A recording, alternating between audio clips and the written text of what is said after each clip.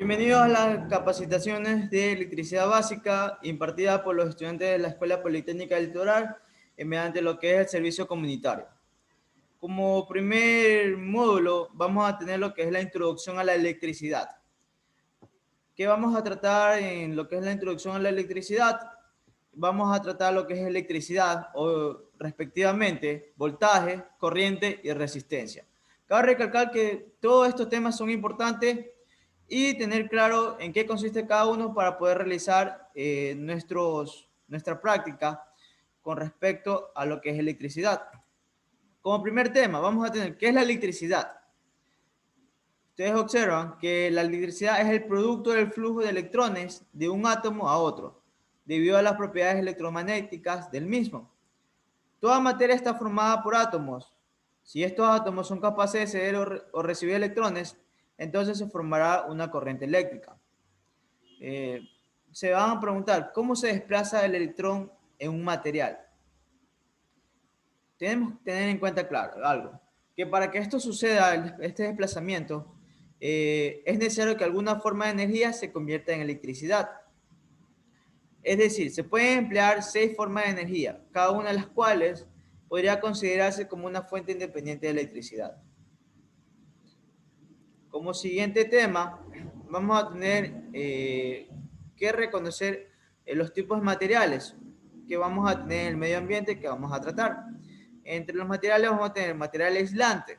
¿Qué es un material aislante?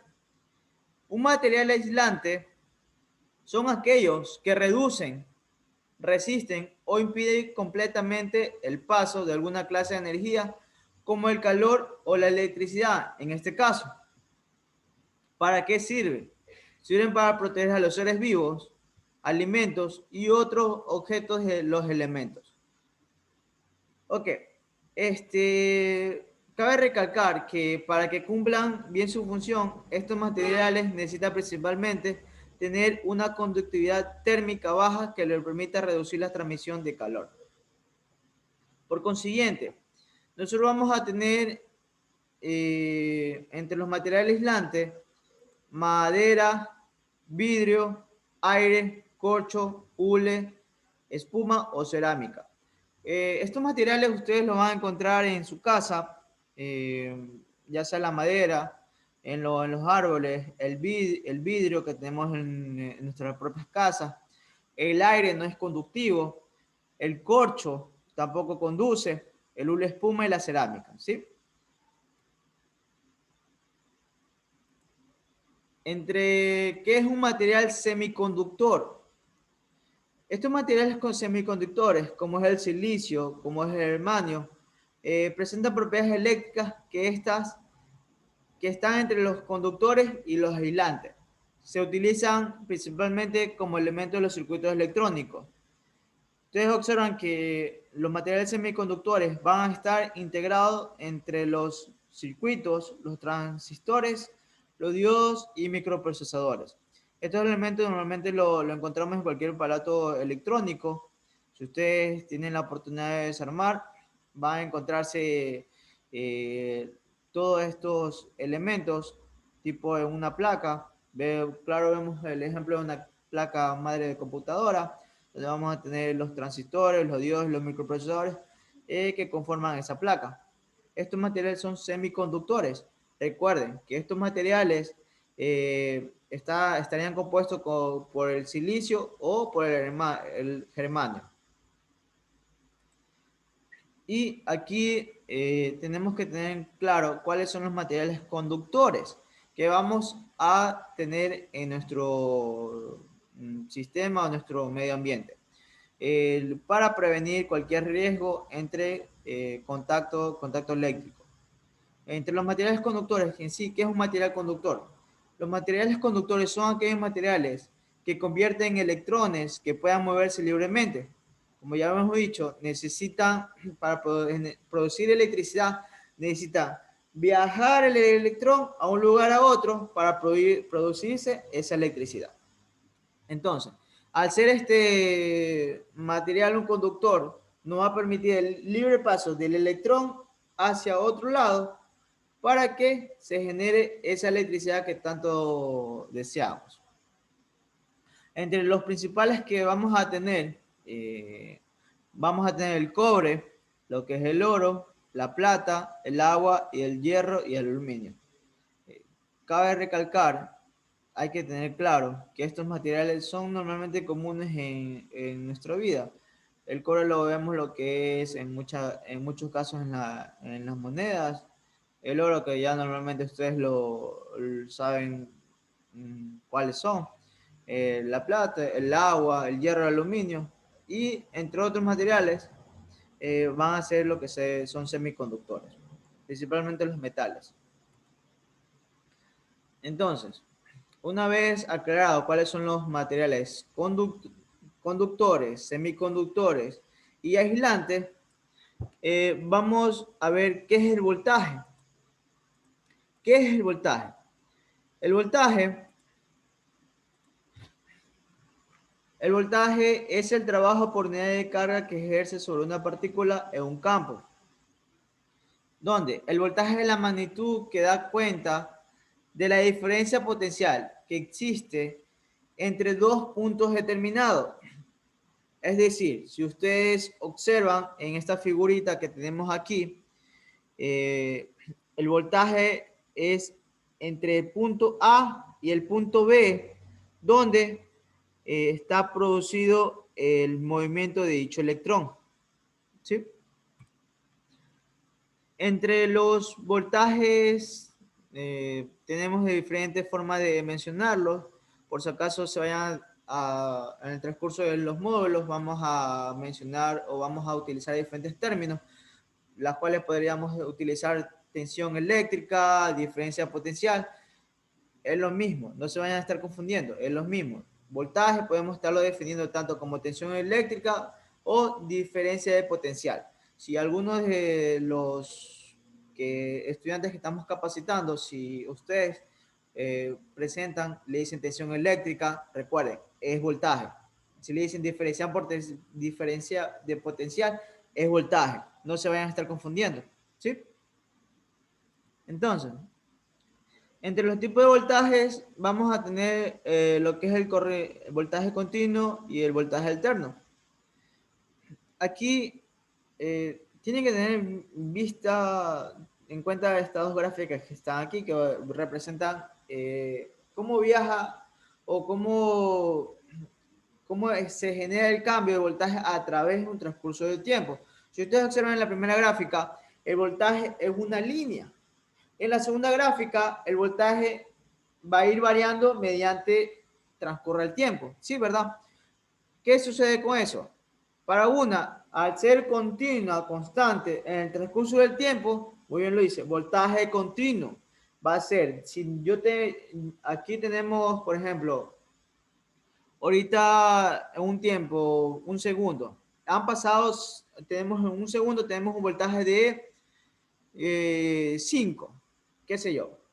Vamos a poner el 5. Después de 10 segundos, ese voltaje se va a repetir y va a ser 5, 5, ¿sí? Si aquí tenemos 5 y después de 10 segundos vamos a tener 5, ese voltaje es continuo, ¿sí? Ok, ¿qué es voltaje alterno? El voltaje alterno, si ustedes observan las formas de onda que se están realizando, ese voltaje alterno, vamos a tener una variación tanto en la parte de arriba, que vendría a ser el semiciclo positivo y semiciclo negativo, que va a depender en qué tiempo nosotros lo vamos a estar midiendo. ¿Sí?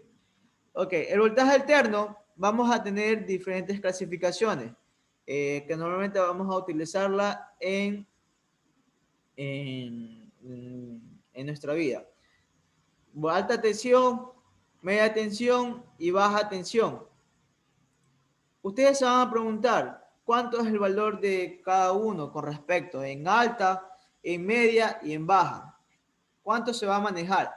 En la primera parte, donde tenemos alta tensión, vamos a tener valores superiores de 15 kVA, 15 kV, ¿sí?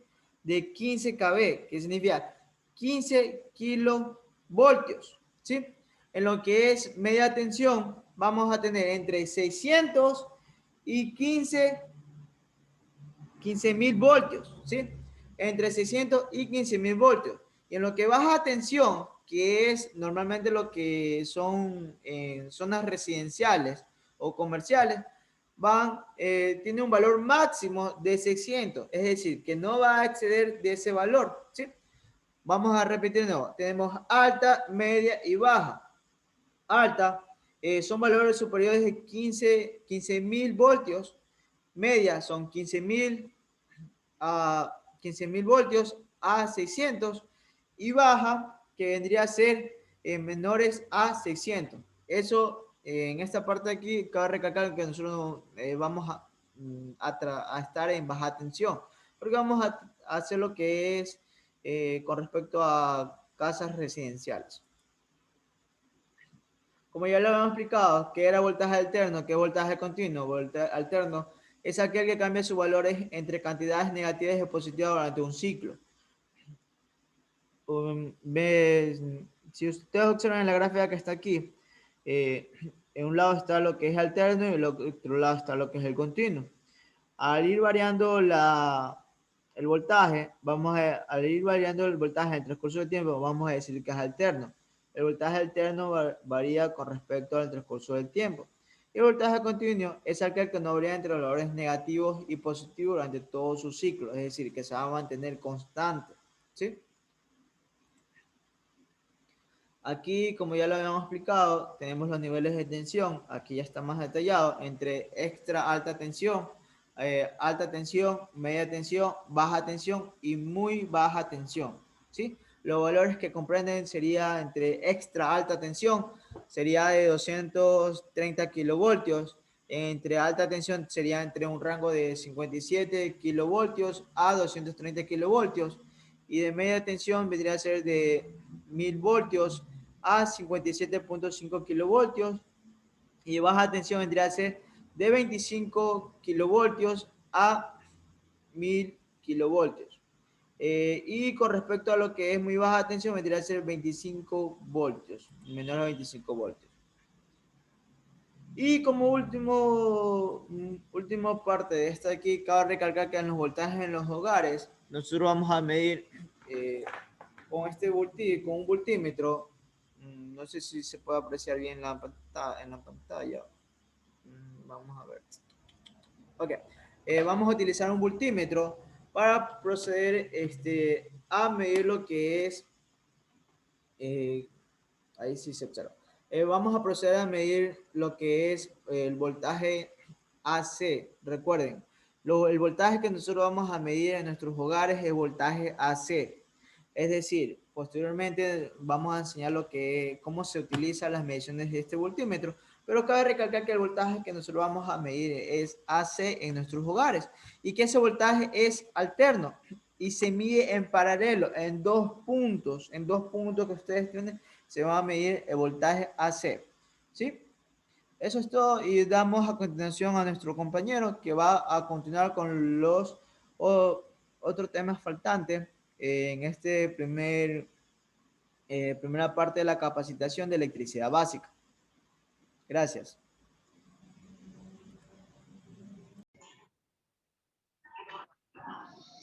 Bueno, soy Jonathan García y vamos a hablar de qué es la corriente.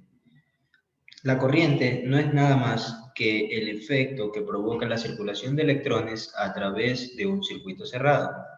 Este flujo de electrones es debido a una fuente eléctrica. En la fuente eléctrica se genera una diferencia de potencial debido a un campo eléctrico, el cual provoca que las cargas eléctricas de cualquier material tiendan a desplazarse. Es decir, un átomo del mismo material cede electrones al siguiente átomo y al siguiente átomo y se forma una reacción en cadena en la cual comienzan a circular los electrones a través de un circuito cerrado, siempre a través de un circuito cerrado. Entonces, si nosotros conectamos una carga, imagínense ustedes una batería de carro con un foco, a través de conductores, la corriente eléctrica saldría por el polo positivo y regresaría por el polo negativo hasta la fuente, y así se generaría el flujo de electrones. Pero esta energía, como todos sabemos, comienza a desgastarse. Entonces el flujo de electrones será posible mientras que el campo eléctrico pueda arrastrar las cargas. Cuando ya esto no sucede es cuando la batería se encuentra descargada. Entonces, la corriente eléctrica de forma general se produce por el flujo de electrones. Analógicamente puede usted imaginarlo como una manguera por donde está fluyendo el agua. Dicho flujo de agua son las cargas eléctricas que fluyen a través del conductor, que sería el tubo. Entonces, analógicamente nosotros tenemos un conductor por el cual los electrones van a fluir. Luego tenemos dos tipos de corriente, la corriente eléctrica continua y la corriente alterna. Entonces vamos a hablar sobre la corriente eléctrica continua.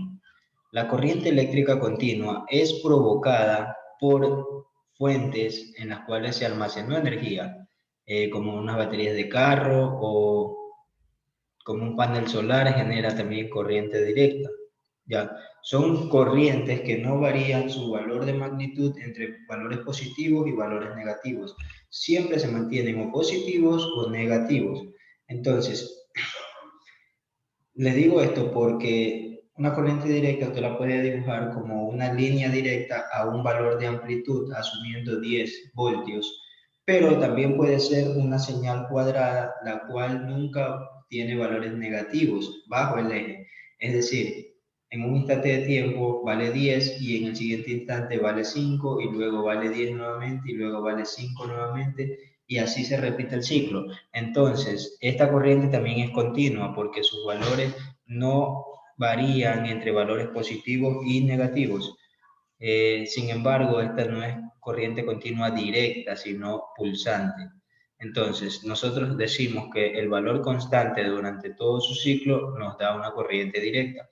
Y generalmente encontramos este tipo de corrientes en fuentes como baterías o sistemas electrónicos, ya que los sistemas electrónicos tienen su propia fuente incluida, la cual toman la energía de la acometida eléctrica y la transforman en energía de niveles de voltaje mucho menores y de forma directa. Entonces, ahora vamos a hablar sobre la corriente continua, la corriente alterna. La corriente alterna es la corriente que nos suministra la empresa eléctrica. Esta corriente es la que viene por las líneas de transmisión de alto voltaje, generalmente de 500.000 voltios. Como vemos en la imagen hay una torre de transmisión con líneas de alta tensión. Entonces, la ventaja de este tipo de corrientes es que puede ser transportada grandes distancias con la mínima pérdida de energía a través de los cables, ya que por el efecto Joule la energía se disipa en forma de calor a través de los cables conforme los electrones van circulando. Entonces, esa es una de las ventajas de tener corriente alterna.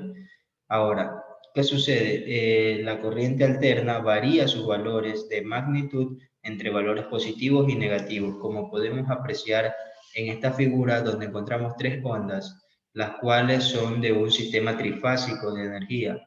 Entonces, para un sistema trifásico, las tres ondas se encuentran desplazadas a 120 grados entre cada uno de sus pasores. Entonces, aquí podemos apreciar que la onda comienza en 0 y sube hasta 1 y luego baja hasta -1. Entonces, esto de subir a un valor positivo y luego regresar a un valor negativo, fluctuar entre valores positivos y negativos, es a lo que se denomina corriente alterna. Porque nosotros podemos tener una onda cuadrada que varíe en el eje hasta +5 y luego hasta -5 y luego hasta +5 y luego hasta -5 y eso también es una onda de corriente alterna.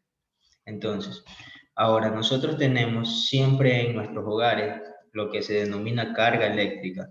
La carga eléctrica son todos los dispositivos que van a consumir esta energía eléctrica que recibimos por la empresa eléctrica a través de la acometida que tenemos en nuestros hogares. Generalmente en nuestros hogares tenemos niveles de tensión monofásico de 220. Ya, entonces las ondas no se encuentran desplazadas como se ven en la gráfica. Sin embargo, es importante conocer esto porque cuando usted realiza las instalaciones eléctricas y si usted tiene un equipo como un aire acondicionado que necesita dos líneas de 110 voltios, estas líneas no deben ser las mismas. O sea, me refiero a que no deben ser la misma fase, porque si usted toma las dos mismas fases, cuando hace calcula la diferencia de potencial, como ya lo vimos anteriormente, cómo calcular el voltaje o la diferencia de potencial, vemos que nos va a dar 0. Y esto se debe a que las dos líneas son las mismas en realidad. A eso se llama estar en la misma fase. ¿Ya? Entonces, la corriente en sí es un flujo de electrones, siempre va a ser un flujo de electrones. Entonces, si usted toma un cable que se encuentre con la punta al aire libre y usted lo toma, y luego toma otro extremo del otro cable, usted está cerrando el circuito para que la corriente fluya a través de usted.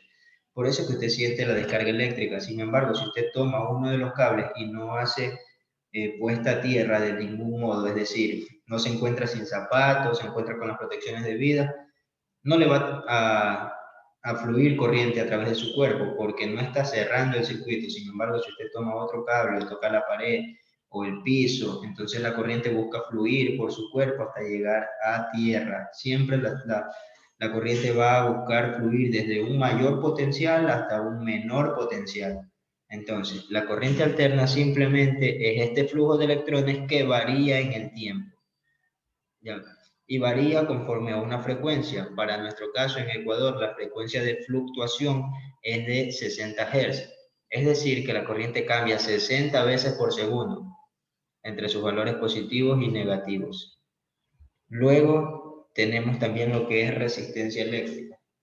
Y aquí vamos a hacer hincapié un poco en la parte, más que todo, de expresar el sentido de resistencia eléctrica, porque muchas personas creen que resistencia eléctrica se refiere al instrumento eléctrico que se llama resistor, y no es así. Resistencia eléctrica es la propiedad que tienen los materiales para resistir al flujo de electrones a través de él. Es decir, un cable tiene una resistencia eléctrica, su cuerpo posee una resistencia eléctrica, y todo lo que sea conductor y semiconductor, incluso los materiales aislantes, poseen una resistencia eléctrica. Mientras más baja sea la resistencia eléctrica, más alta será la corriente que pueda fluir por su cuerpo. Entonces, por eso, un aislante, como la cinta aislante que usted le pone a los cables, no permite el flujo de electrones porque sus electrones están tan compactos que no los pueden ser reemplazados ni arrancados por el campo eléctrico. Entonces, esto se denomina material aislante.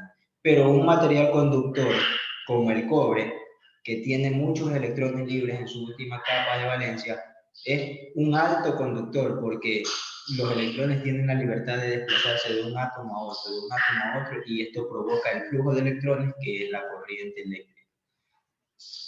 Entonces, dice, un material de alta resistencia permite poco paso de energía eléctrica. Dicho de otro modo, mientras más baja sea la resistencia, más alta será la corriente que fluye. Y esto también lo vemos en la ley de Ohm. Bueno, aquí tenemos unos gráficos que nos pueden ayudar a entender qué es la resistencia eléctrica.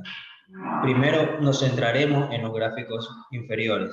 Como podemos ver, en los conductores el electrón puede viajar libremente por el conductor. Tiene mucho espacio para fluir. En cambio, en los semiconductores, si ven que el camino se vuelve un poco estrecho y se les hace más difícil fluir por este material. Sin embargo, es posible hacerlo. En cambio, en los materiales aislantes el electrón no puede fluir. No fluye el electrón en los materiales aislantes como la cinta aislante. Por eso es que usted le pone cinta aislante al cable cuando lo empalma. Es para protegerse de las descargas eléctricas.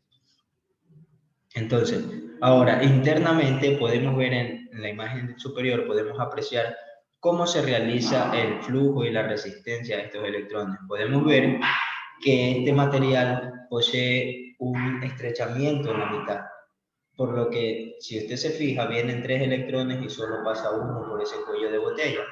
Y luego de que pase ese electrón, se vuelven a estabilizar. A esto se le conoce como resistencia eléctrica. Es un modo analógico de verlo, ¿ya? Porque eso depende de la característica constructiva del material, dependiendo de la cantidad de electrones libres que posea él en su conformación. Luego, también tenemos las resistencias bajas. Cuando tienes resistencias bajas, tienes materiales conductores. Como ya dijimos, una resistencia baja provocará que exista un mayor flujo de electrones a través del material, ¿ya? En esta categoría se incluyen los materiales que nos permiten transportar la energía eléctrica, como cables de cobre, de acero, de aluminio, que son los más comunes, ¿ya? En este apartado, los cables son los conductores y, como el nombre le indica, permiten la conducción de energía eléctrica de un punto a otro. Entonces, por medio de los cables, usted lleva la energía eléctrica a las diferentes cargas. Como podemos ver, estos cables poseen un material aislante que los envuelve. Esa protección de plástico, como usted sabe, eso es un aislante, ya que si no fuera así, usted al tocar los cables sentiría una descarga eléctrica. Sin embargo, esto no sucede porque esa es la propiedad del aislante, no permite el flujo de corriente a través de sus capas. Luego tenemos los materiales de alta resistencia, que son los aislantes, y aquí podemos ver una cinta aislante. La cinta aislante usted la utiliza para proteger los empalmes, y esto se debe más que todo a que si usted toca línea con neutro en las instalaciones de 110, provoca el cortocircuito, o si toca una línea con otra línea, provoca un cortocircuito. Entonces, para evitar esto, nosotros debemos aislar el material. Como ya nosotros retiramos la protección para poder hacer el empalme, ahora debemos volver a colocar protección, y esto es la cinta aislante. Los materiales aislantes, su capa electrónica está tan compacta que no pueden arrancársele los electrones. Entonces, a pesar de que usted le meta un campo eléctrico bastante fuerte, no podrá arrancarlo. Pero, sin embargo, esto no es tan cierto, porque el mayor dieléctrico es el aire. Sin embargo, el aire también puede romperse, su capacidad dieléctrica, su capacidad aislante se puede romper, y esto lo vemos en los rayos. Cuando caen los rayos, caen a través del aire. El aire, que era un material aislante, se vuelve conductor, porque el potencial eléctrico del rayo es tan elevado que tiene la fuerza suficiente para mover los electrones que se encuentran en el aire. Y al mover este flujo de electrones, se ocurre la descarga del rayo. Así es como ocurre esa descarga. Entonces, todos los materiales aislantes, si usted los somete a un exagerado campo eléctrico, pueden perder sus propiedades aislantes y se convertirán en conductores o semiconductores. Luego tenemos el dispositivo llamado resistor. Este dispositivo es lo que comúnmente la gente conoce como resistencia, pero vuelvo a repetir, la palabra resistencia es la capacidad que tiene el material para resistir la corriente eléctrica. Este elemento como tal se llama resistor, ¿ya? Y su código de colores nos indica de qué valencia es. Entonces, a la final el café es 1, el rojo es 2 y el negro es 3. Entonces, esto va a ser 1, 2 y 3, 12.000 K. Si ese es el código de colores en realidad. Estoy tirando un número para que entiendan cómo se lee esto. En realidad, este de aquí es de 10K.